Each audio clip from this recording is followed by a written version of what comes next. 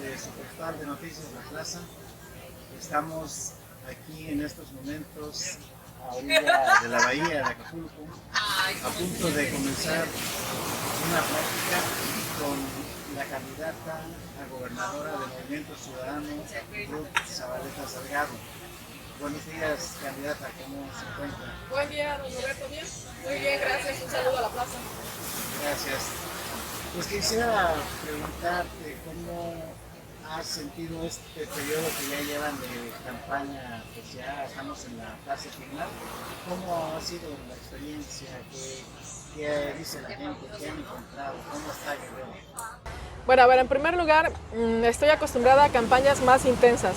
Sinceramente, estar con Movimiento Ciudadano, pues agradezco que me hayan invitado, pero es un partido que pues no tiene registrado el 40-60% de candidatos a nivel municipal y no hubo oportunidad de visitar muchos municipios, muy pocos municipios visitamos.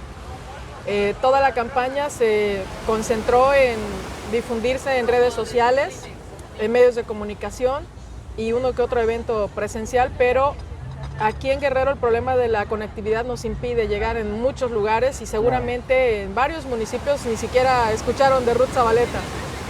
¿Cómo tratar de remontar eso? Pues con los debates. El primer debate tratando de decir lo más posible, el segundo debate tratando de debatir, pero pues la experiencia de los debates son un poco difíciles aquí en Guerrero y en todo el país porque no estamos acostumbrados a debatir los candidatos. Creo que la experiencia en general ha sido buena, pero hubiera sido quizás mucho mejor si hubiéramos tenido un tiempo cotidiano como los que teníamos antes de la pandemia. O sea, la pandemia nos obligó también a resguardarnos mucho, a no hacer eventos muy masivos. Al principio yo tenía mucho temor, lo confieso, porque estuve durante un año encerrada, no salía yo para nada, daba clases a distancia. Y los primeros eventos que tuve sí me asustaron mucho porque eran muy masivos y llegaba la gente y yo decía, me voy a contagiar, ¿no? Y pues la verdad es que en la Facultad de Derecho se murieron 30 maestros de la facultad contagiados por COVID y pues sí me daba mucho temor al principio. Después fui agarrando confianza, pero pues ya pues había avanzado la campaña. Estas situaciones que tiene el partido y que se reflejan en lo que me comentas de la campaña, nos llevaría a pensar que el esfuerzo de Movimiento Ciudadano sería un movimiento más para crecer. Desde mi punto de vista, sí. Creo que aquí en Guerrero el Movimiento Ciudadano quedó muy debilitado después de que su líder estatal renunció y se fue a Morena, me refiero a Walton, y eso impidió que Movimiento Ciudadano como partido pues tuviera la misma fortaleza que otras elecciones, porque mucha de la gente que estaba con ellos, que tenían estructura de hace muchos años, pues siguieron a su líder. En ese aspecto, yo en lo personal cuestiono mucho eso de los partidos, porque creo que deben de ser institucionales los liderazgos y no deberían de ser cacicazgos, pero no es solamente privativo de Guerrero, eso sucede en toda la República, en la Ciudad de México también sucede lo mismo. Si un líder se van todos sus seguidores, su gente cercana, y eso debilita mucho. Y claro que aquí afectó mucho en Guerrero, y lo que se me planteó a mí desde el principio fue eso, que viniera a reforzar para lograr que el partido no perdiera su registro, que se fortaleciera por lo menos en las zonas urbanas, que era Acapulco, Chilpancingo, Iguala, Taxco, Ixtapa. Se logró quizás el objetivo ese principal que me plantearon, quizás muy a medias, porque ni siquiera pudimos recorrer Iguala, todavía no lo visito. Solamente hice yo una reunión con mujeres que me organizaron ellas mismas. Taxco no he podido ir, o sea, no ha habido evento en Taxco. Tepecuacuilco pues es un lugar pequeño, pero el candidato se decidió de presidente municipal muy tarde hacia Movimiento Ciudadano, es un candidato que estaba en Morena y que todos sus eventos pues regularmente llega gente de Morena, entonces ni siquiera es una probabilidad que de donde yo soy, de Tepecuacuilco, yo tengo una fortaleza respecto a la elección. Es un poco desalentador, tal vez. Es decepcionante el panorama en términos generales y lo vemos desde el punto de vista de lo que yo creía que iba a ser la campaña. Yo tenía una expectativa diferente, pensé que íbamos a hacer una campaña muy intensa, que por lo menos en el municipio donde yo estaba, cuando llegué a preguntar quién era el candidato y me dijo, no, yo no soy de Movimiento Ciudadano, soy de Morena. Yo dije, bueno, ¿qué pasó aquí? Ya me habían dicho que era Movimiento Ciudadano. Luego ya después de un mes me dijeron, no, sí es de Movimiento Ciudadano, pero ya eso a mí pues ya no me dio posibilidades de organizar a la gente que por lo menos me conoce, ¿no? En el pueblo, pues no había candidato. No había candidato a diputado federal, no había candidato a diputado local. Al final eligieron a dos compañeras que aceptaron ser candidatas y eso pues dificultó muchísimo tener presencia en ese territorio, que es el territorio donde yo podría tener mayor fortaleza. ¿Y el Estado cómo lo ves? Mira, en general, voy a decirte sinceramente, creo que hay mucha simulación en general de los sectores por el temor que existe de la inseguridad y de la violencia. Los medios de comunicación no comunican muchas de las cosas que suceden aquí en Guerrero. Te voy a poner un ejemplo. En la montaña lo que me encontré fue 2 asesinatos de jóvenes que primero secuestraron y luego las encontraron semienterradas, desnudas, y esos son feminicidios. Y estas jóvenes no aparecen ni siquiera en la estadística de Guerrero de que fueron asesinadas. Entonces, los medios de comunicación están divididos localmente y eso impide que haya una noticia centralizada, que todos los ciudadanos en Guerrero se permeen de la problemática general que se presenta. La región de Zihuatanejo, de Costa Grande o Costa Chica, allá tienen sus medios. La región de Acapulco tiene sus propios medios y se comunican aquí entre los acapulqueños.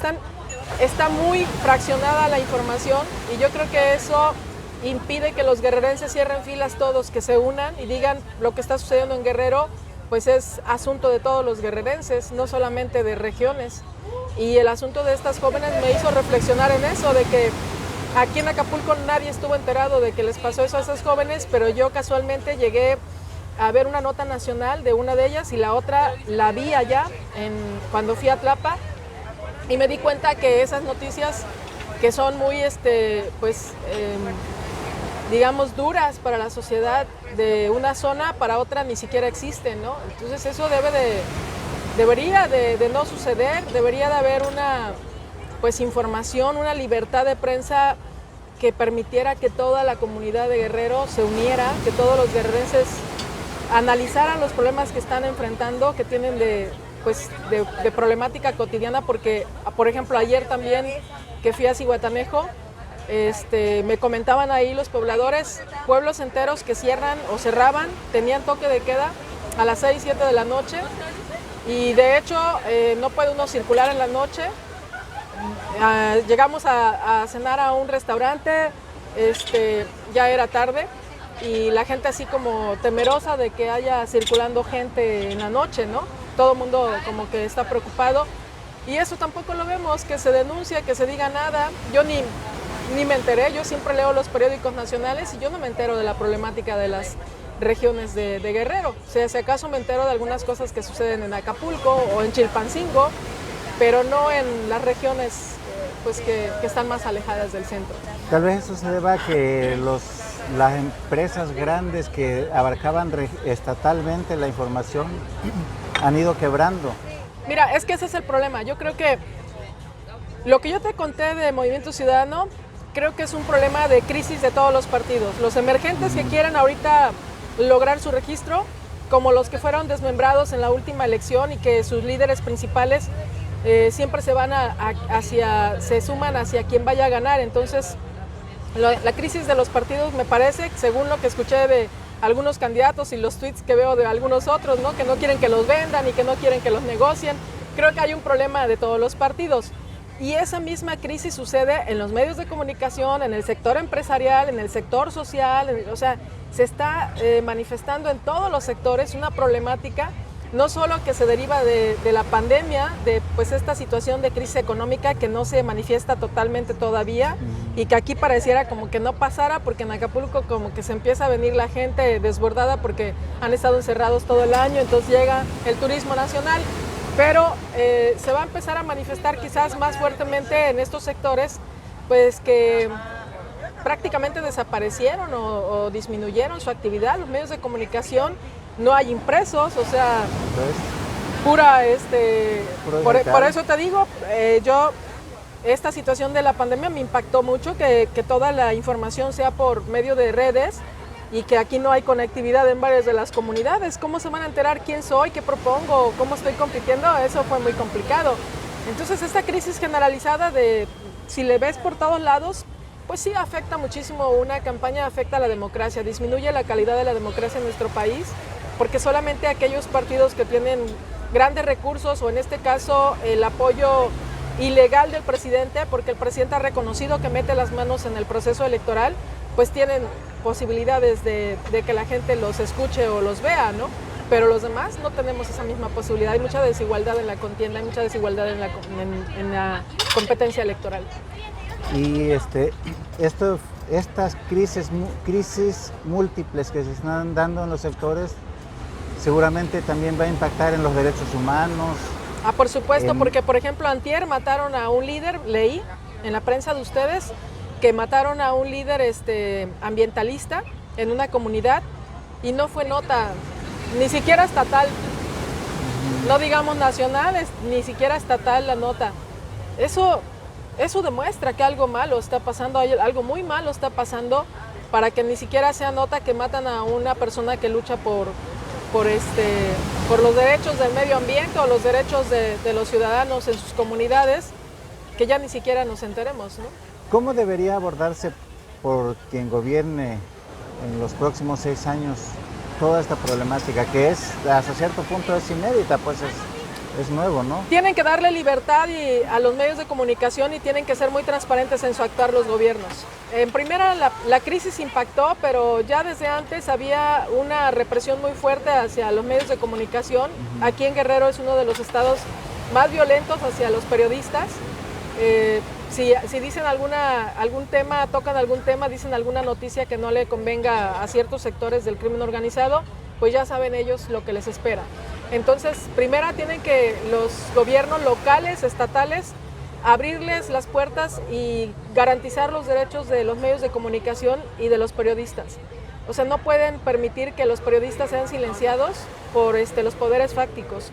O sea, los poderes formales tienen que vencer a los poderes fácticos y eso solamente se puede lograr si se garantiza la seguridad, la probidad de los medios de comunicación y de los ciudadanos que se organizan en organizaciones como esta que te comentaba, de los ambientalistas o de los derechos de las mujeres o de los niños y las niñas.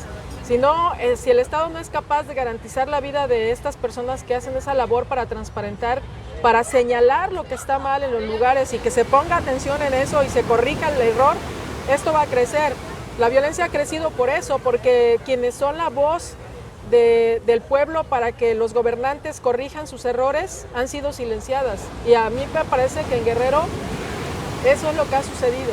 O sea, muchos medios de comunicación, yo me puse, a veces no duermo, me despierto a las madrugadas y me pongo a pensar cómo se podría solucionar una problemática tan grave como la que pasa aquí en Guerrero sobre la violencia. Y me da mucha tristeza porque creo que los medios de comunicación han sido sometidos, están en silencio porque tienen temor y son sobrevivientes muchos de los periodistas. Y pues yo reconozco el trabajo que han hecho, he escuchado las terribles historias de algunas periodistas y periodistas, hombres y mujeres que han sufrido represión en Guerrero desde hace muchos años, y eso me duele mucho porque eso creo que ha resultado en que haya más pobreza en Guerrero y que haya más violencia. Amartya Sen, que es un filósofo muy reconocido a nivel mundial, fue Nobel de la Paz, Nobel económico, él dijo que en las naciones en donde los medios de comunicación eran libres, había libertad de prensa, había libertad de expresión y garantía a los periodistas, no había hambruna, y él lo demostró, que eso es lo que sucede en donde la prensa es libre. Entonces, en primer lugar, quien llegue a gobernar aquí tiene que darle garantías de toda la libertad a la prensa. O sea, no puede estar sometida a la prensa ni los activistas sociales que no señalen, que no le digan a los gobiernos lo que les está fallando. En la Ciudad de México, los gobiernos más eficientes son aquellos que sientan a la prensa de manera cotidiana y la escuchan. No son los que hablan todos los días en las mañanas, sino los que todos los días, o cada semana por lo menos, escuchan a los medios de comunicación. O sea, yo he tenido éxito en varios de mis cargos porque yo regularmente tengo la asesoría, a veces hasta gratuita, de varios amigos que se dedican a los medios de comunicación y medios de comunicación fuerte como Ciro Gómez Leiva, Jorge Fernández Menéndez, Curcios. A veces les consulto cosas, cuando tengo cargos importantes les consulto y ellos me señalan qué podría suceder si yo tomo una decisión u otra. Eso para mí es invaluable. O sea, yo a Ciro lo respeto mucho y lo quiero mucho por eso, por ese tipo de apoyos que me ha brindado cuando fui presidenta de la Cámara, cuando fui jefa delegacional.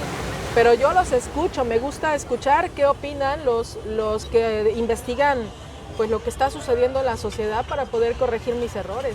Ahora, ¿cómo ves a la generación de políticos entre candidatos de todos los partidos que finalmente van a ser los que van a gobernar en los próximos 6 años o 3 en el Congreso? Mira, el problema yo soy socióloga y me gusta analizar ese tipo de fenómenos y mi tesis de licenciatura la hice de cómo los movimientos sociales de izquierda en la Ciudad de México se convirtieron en movimientos territoriales y estos movimientos territoriales disputaron contra el PRI la ciudad y logramos ganarla en 1997 con Cuauhtémoc Cárdenas a la cabeza y a partir de ese entonces gobernó la izquierda en la Ciudad de México. Hoy gobierna otro partido de la izquierda, pero la izquierda ha seguido gobernando. ¿Qué es lo que pienso que sucede cuando los movimientos como Morena o como el PRD en su momento llevan a los espacios de ejercicio de poder a personas sin experiencia? Pues que en algún momento van a aprender, pero el aprendizaje tiene un costo para la sociedad. Entonces deberían los partidos políticos poner atención en combinar una parte de personas con experiencia y otra parte de personas que quieran involucrarse en la actividad política, pero no por una tómbola o por una cuestión de que les cayó pues un milagro del cielo, ¿verdad? Porque eso de que te inscribas en un partido, le des una lanita, incluso hasta compras la candidatura, le das una lanita al coordinador territorial, te hacen candidato y al ratito ese mismo candidato, como si le cobraron 20,000 pesos por ser candidato en ese partido, le dan 100,000 pesos en el otro partido cuando ya se posicionó territorialmente con el recurso del partido que lo invitó primero. Y entonces se vuelve muy redituable ser candidato, ya no se ve como un asunto de política profesional. Hasta llegan y te dicen, yo no soy político, yo soy ciudadano. O sea, yo soy política profesional y me da orgullo decir que soy política profesional, pero yo me formé desde abajo. O sea, yo estuve 15 años picando piedra, trabajando en las comunidades en donde yo vivía en la Ciudad de México para lograr mi primer cargo público. Y yo no necesité andar pegando propaganda, ni andar gastando tanto, ni andar comprando prensa, ni andar comprando nada. ¿Por qué? Porque ese era mi trabajo. O sea, no puede ser, pero yo estaba identificada con un partido que tenía banderas que defendían la igualdad, los derechos de los ciudadanos, la libertad, la justicia. O sea, teníamos banderas. Entonces ahorita ves a los jóvenes que llegan a los partidos, al ratito les llegan el canto de las sirenas de otro partido, se los llevan y así se vuelve un negocio cada 3 años de esos jóvenes que ya aprendieron que se pueden vender al mejor postor.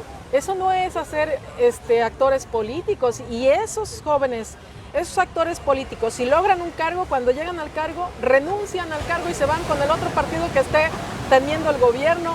O sea, hacen lo mismo, si pueden renunciar al principio porque vean que va a ganar el otro, como pueden renunciar ya que hayan ganado el cargo, más caro incluso su cargo.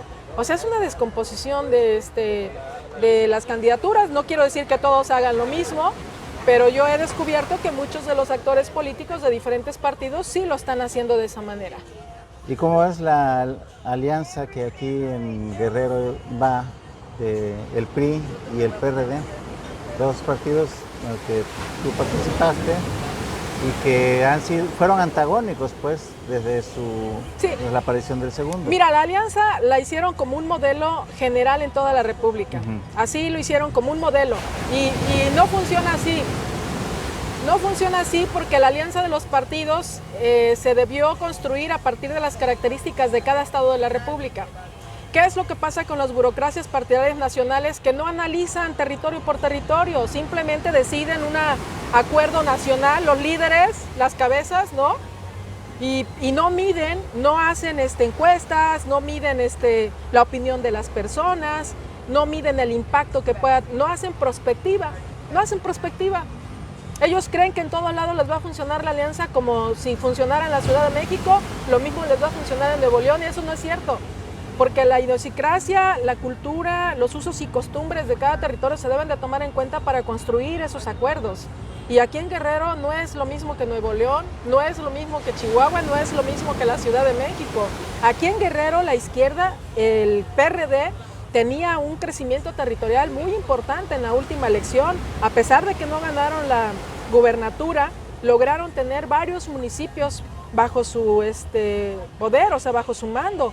Entonces, eso no se consideró, y claro que varios perredistas, a pesar de que se sujetan, se disciplinan, porque aquí aparte hay una cultura esta cultura patriarcal que mucho la hemos descubierto las feministas, es una figura vertical, o sea, de autoritarismo, que no es solamente contra las mujeres, es también contra las estructuras partidarias, con las de gobierno, con las de las organizaciones sociales. Si el del nacional le da una indicación porque no los toman en cuenta en los acuerdos que construyen los partidos a nivel nacional, les dan una indicación como si fueran empleados los actores políticos estatales, y eso es incorrecto. En la relación política no puedes construir una democracia, no puedes fortalecer una democracia a partir de relaciones verticales, estructurales, autoritarias. Entonces, ¿qué es lo que sucedió aquí en Guerrero? Que el PRD y el PAN y el PRI dan una indicación. Van ustedes en alianza ahora. ¿Y cuándo tomaron en cuenta la opinión de los líderes estatales, de los líderes locales? A ver, si tú te juntas con el del PRI, que ya te andaban correteando, te andaban matando, ¿qué va a pasar? No les hacen esa evaluación. Entonces, la gente, ¿cómo los ve? Pues no los ve como algo serio en algunas comunidades. Los ve como el agua y el aceite, y no se unieron.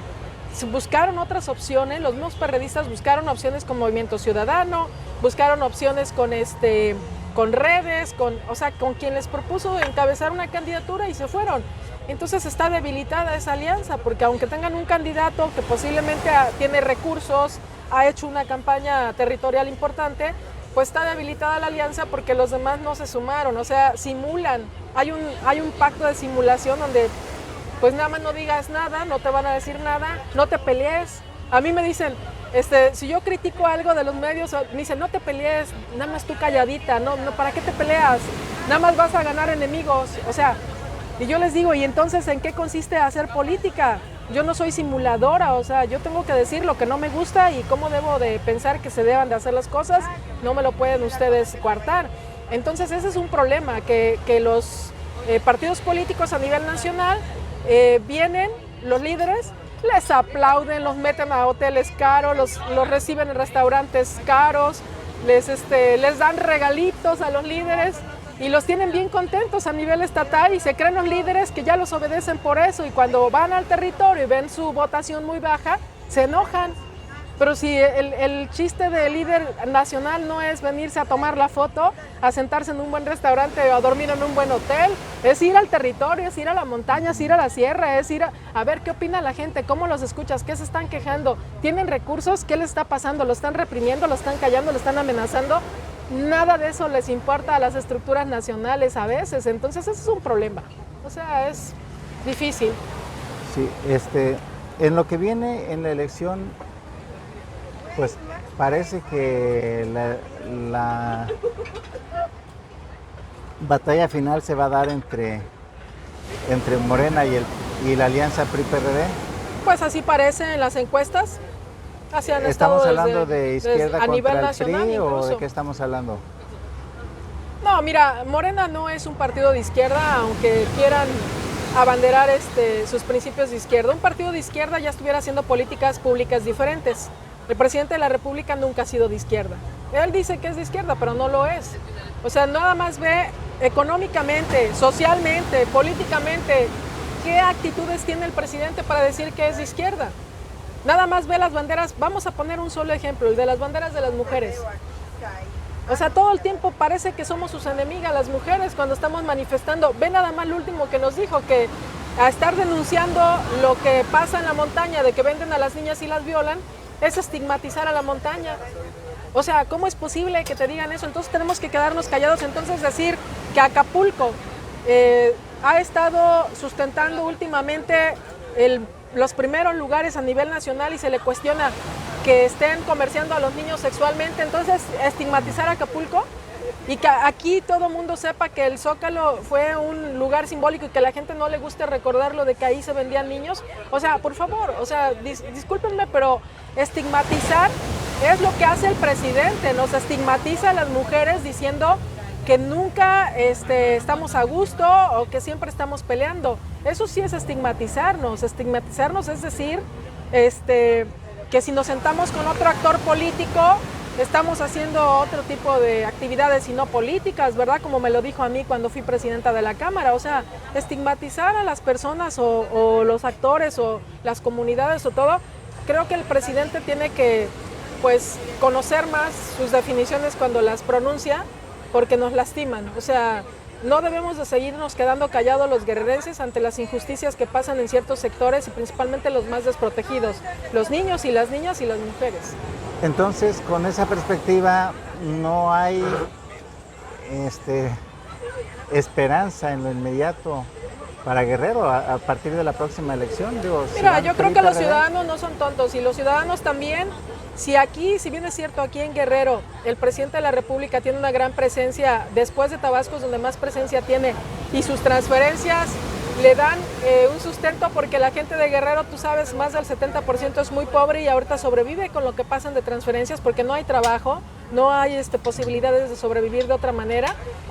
También la gente no es tonta y la gente se está dando cuenta que hay otras propuestas, que hay cuestionamiento, que no estamos de acuerdo en que siga habiendo violencia, que siga habiendo desaparecidos. Mira, nada más te voy a poner un ejemplo. ¿En qué momento se ha magnificado el asunto de que de los 2.500 desaparecidos de 2017 para acá, más de 500 son mujeres, niñas de 10 y 14 años? Ay, como si no existiera aquí en Guerrero. O sea, todo el mundo hace como que no existe eso. O sea, ¿cómo es posible eso? Que el presidente de la República no ponga atención en eso. La gente se va a dar cuenta que el presidente de la República tiene realmente que considerar a Guerrero en los planes, en los grandes proyectos de desarrollo económico, y tiene que considerar que Guerrero necesita no solamente recursos, sino necesita reconocer que hay un problema de violencia, de inseguridad, y que debe de haber un proyecto que realmente sea radical para poder enfrentar esa situación. Que el presidente, si de veras se siente de izquierda y se siente que protege primero a los pobres, tiene que pensar primero en los estados de Guerrero, Chiapas, Oaxaca, pero sobre todo aquí, que la gente lo quiere y lo impulsa en todo lo que él dice, le creen hasta ahorita sin cuestionamientos. Poco a poco la gente se va a ir dando cuenta. Poco a poco ha ido perdiendo ese alto porcentaje de aceptación y se le ha ido cuestionando pues ciertas cosas como las de las mujeres, que la gente no está de acuerdo que las diga el presidente nada más así, sin pruebas, ¿no? Por último, si Ruth Zabaleta está encaminada a un propósito que le fue planteado, de impulsar el partido, y digamos esa es lo que se ve que hasta donde se va a poder llegar por las mismas condiciones que acabamos de comentar, sigue descartándose la posibilidad de una declinación en favor de alguno u otro actor, ya, o sea, no digo por dinero como comentamos hace rato, sino por una convicción de decir más vale impulsar esta fuerza que otra. ¿Sigue sin existir la posibilidad de una declinación? Mira, el partido me pidió eso y sin embargo yo le pedí algo a cambio al partido. O sea, yo le pedí al partido que me permitiera encabezar la causa de la no violencia contra las mujeres. Y yo encabezo causas y no voy a declinar por eso, porque yo, a pesar de que vine solamente por la causa de no violencia contra las mujeres en un primer momento, yo lo que he ido descubriendo ahora que he caminado en Guerrero es que falta visibilizar varias causas. O sea, las causas de los ambientalistas, las causas de los jóvenes que llegan, Tistla, 30 jóvenes desaparecidos y nadie se acuerda que se desaparecieron y que sus mamás están desesperadas llorando. O sea, todo esto merece la pena seguir encabezando un movimiento. Y Movimiento Ciudadano me dio la oportunidad de encabezar esa causa y me ha dado oportunidad, por lo menos no me ha encuartado hasta ahorita mi libertad de expresión, de decir que aquí en Guerrero vale la pena encabezar otro tipo de causas también, no solamente de la violencia contra las mujeres, sino la violencia en general, la inseguridad, la problemática económica, la problemática de pobreza general, y que vale la pena seguirse manteniendo en ese espacio. Y si yo declino por alguien, voy a perder ese espacio de apertura, de visibilidad. Entonces, claro que no, yo no estoy de acuerdo en declinar, porque además, te lo digo sinceramente, las mejores propuestas de cómo resolver el problema de la inseguridad, de la violencia, las traemos nosotros, o sea, las he puesto en la mesa. Yo no he escuchado que otro candidato hable de cómo va a resolver el problema de la inseguridad. A Evelyn la escucho cantando y bailando, pues al candidato del PRI lo he provocado en los debates, no me ha contestado. O sea, lo he tratado de provocar para que debata conmigo y me diga cómo está pensando él resolver las problemáticas graves de Guerrero, y no lo ha hecho. Entonces, ¿por qué tendría yo que declinar a favor de quién? De ninguno de ellos. ¿Tendremos más Ruth Zabaleta para rato? Pues por lo menos en lo que respecta a encabezar causas, y van a tener más tiempo aquí a Ruth Zabaleta. Y yo espero ir caminando más territorios, ir pues avanzando más en la lucha de las mujeres, pero sobre todo en la solución de propuestas y solución de problemas que yo creo que puedo yo seguir aportando, no solamente desde el gobierno, sino cuestionando, incluso hasta cuestionando se ayuda. Entonces creo que yo puedo ser, no me considero una piedra en el zapato, pero a lo mejor voy a hacerlo, pero también pienso que puedo ser un actor de cambio en Guerrero. Muchas gracias, Ruth. Nos da mucho gusto haber platicado contigo, amigos, amigas de su portal de Noticias La Plaza. Nos despedimos y esperamos estar aquí próximamente. Gracias.